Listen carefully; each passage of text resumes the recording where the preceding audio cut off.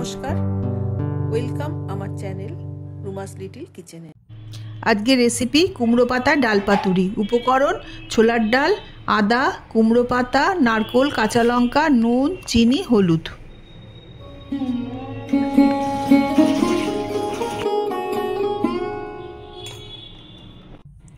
প্রথমে ছোলার ডাল, আদা, কাঁচা লঙ্কা, নারকেল, নুন, চিনি, হলুদ দিয়ে ডালটাকে পেস্ট করে নিলাম।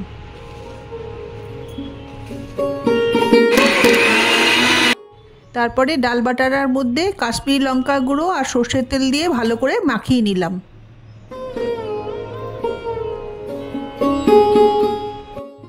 এবার কুমড়ো পাতাগুলো ভালো করে ধুয়ে নিয়েছি। তার উপরে ডাল বাটাটা, কাঁচা লঙ্কা আর সর্ষের তেল দিয়ে ভালো করে মুড়িয়ে রেডি করে রাখলাম।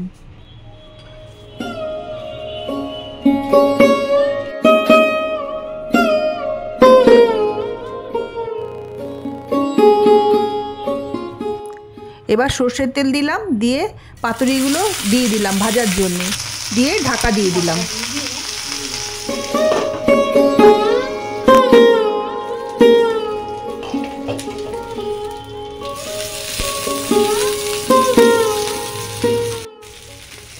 এবার আবার ঢাকাটা তুলে দিয়ে উল্টে দিলাম।